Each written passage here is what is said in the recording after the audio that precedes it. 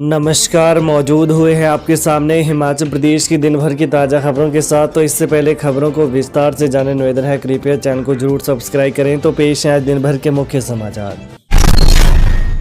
रोहतांग सहित कुल्लू लाहौल की ऊंची चोटियों पर बर्फबारी, मैदानी क्षेत्रों में छाया घना कोहरा।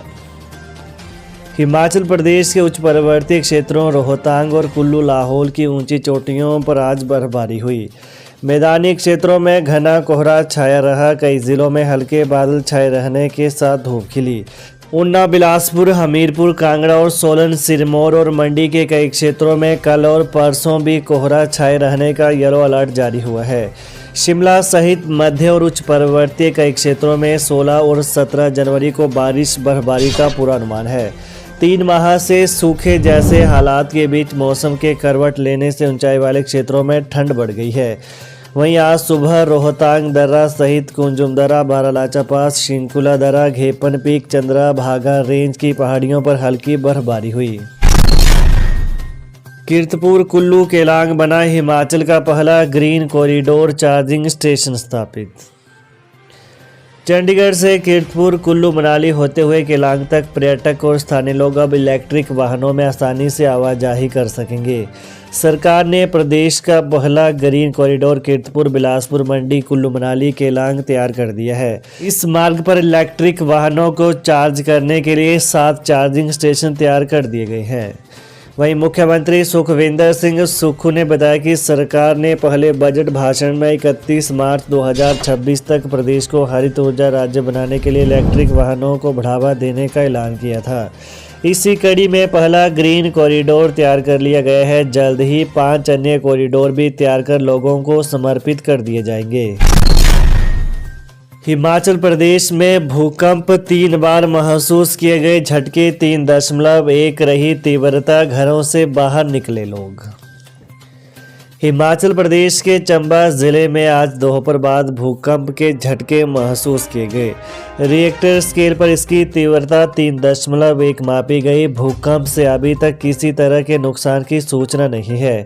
दोपहर 1:16 पर भूकंप के झटके महसूस किए गए। लगातार 3 बार आए झटकों से लोग अपने घरों से बाहर निकल गए। कुछ देर के लिए लोग दहशत में आ गए।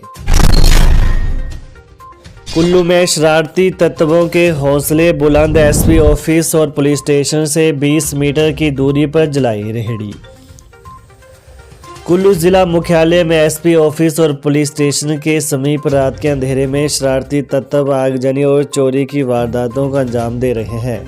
ऐसे में गत रात एसपी ऑफिस और पुलिस स्टेशन के 20 मीटर दूरी पर शरारती तत्वों ने प्रवासी महिला की रेहड़ी में आग लगा दी और कई प्रवासियों की रेहड़ियों से सामान चोरी किया। ऐसे में लगातार हो रही चोरी की घटनाएं पुलिस की कार्यप्रणाली पर भी सवाल खड़े कर रही है कि आखिर शरारती तत्व एसपी ऑफिस और कुल्लू पुलिस स्टेशन के समीप चोरी और रेहड़ी में आग लगने जैसी घटनाओं को कैसे अंजाम दे रहे हैं। वहीं पीड़ित महिला ने जिला प्रशासन से उचित मुआवजे की गुहार लगाई है। यूथ ओलंपिक में भारत का प्रतिनिधित्व करेगा मनाली का साहिल। 19 जनवरी से 1 फरवरी तक दक्षिण कोरिया में होने वाले युवा ओलंपिक में मनाली का साहिल भारत का प्रतिनिधित्व करेगा। साहिल के चयन पर मनाली में खुशी की लहर है। युवा ओलंपिक में प्रतिभा दिखाने वाले साहिल ठाकुर एकमात्र अल्पाइन स्कीयर होंगे।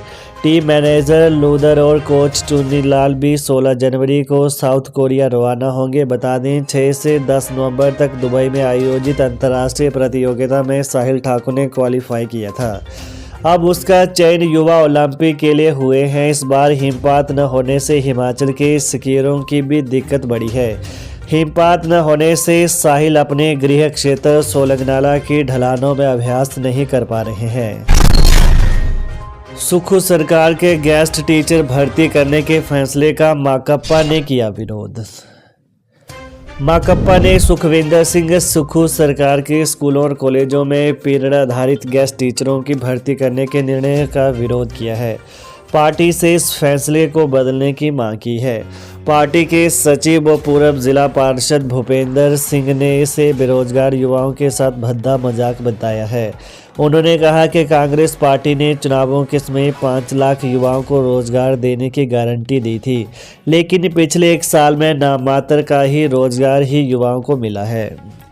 वहीं कहा कि अब दूसरे साल में स्थायी रोजगार के बजाय पीरियड के आधार पर 2600 गेस्ट शिक्षक लगाने की नीति लागू करने का युवा विरोधी फैसला लिया गया है।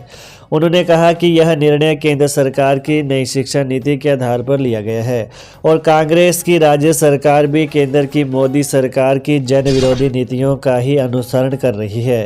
उन्होंने कहा कि माकपा स्थायी आधार पर रोजगार देने की मांग करती है, साथ ही सेवानिवृत्ति के बाद पेंशन योजना का भी लाभ मिल सके। पीरियड आधार पर शिक्षकों की भर्ती होने से शिक्षा की गुणवत्ता में तथा जवाबदेही में भी गिरावट आएगी। हिमाचल में ट्यूशन टीचर ने की अश्लील हरकतें। मंडी में आज तीसरी छात्रा ने दर्ज कराई एफआईआर, आरोपी को कोर्ट से मिली अंतरिम जमानत। हिमाचल प्रदेश के मंडी में एक ट्यूशन सेंटर में 3 छात्राओं से छेड़छाड़ और अश्लील हरकतें करने का मामला सामने आया है। पिछले कल तक 2 छात्राओं ने टीचर के खिलाफ एफआईआर दर्ज कराई थी। वहीं आज तीसरी छात्रा ने भी हिम्मत दिखाकर महिला पुलिस थाना में एफआईआर करवा दी है। इस बीच आरोपी टीचर प्रांशुल सैनी को कोर्ट से आज अंतरिम जमानत मिल गई है। सूचना के अनुसार दोनों छात्राएं काफी समय से ट्यूशन सेंटर में पढ़ाई कर रही हैं। जब वो पढ़ाई के लिए ट्यूशन सेंटर आती थी तो उस दौरान टीचर ही उनके साथ छेड़छाड़ व हरकतें करता था। यह आरोप छात्राओं के परिजनों ने पुलिस को दी शिकायत में लगाई हैं। अब डॉक्टर्स हड़ताल की राह पर, स्वास्थ्य से जुड़े मसलों को गंभीरता से सुलझाए सरकार, बोले जयराम। नेता प्रतिपक्ष जयराम ठाकुर ने कहा कि अभी जांच सुविधाओं का मामला ठीक से हल नहीं हुआ और प्रदेश में डॉक्टर्स हड़ताल पर जाने की बात कर रहे हैं। सरकार को इस मामले में ध्यान देने की आवश्यकता है। सरकार को सुनिश्चित कराना चाहिए कि स्वास्थ्य से जुड़े मसलों को वो गंभीरता से सुलझाएं।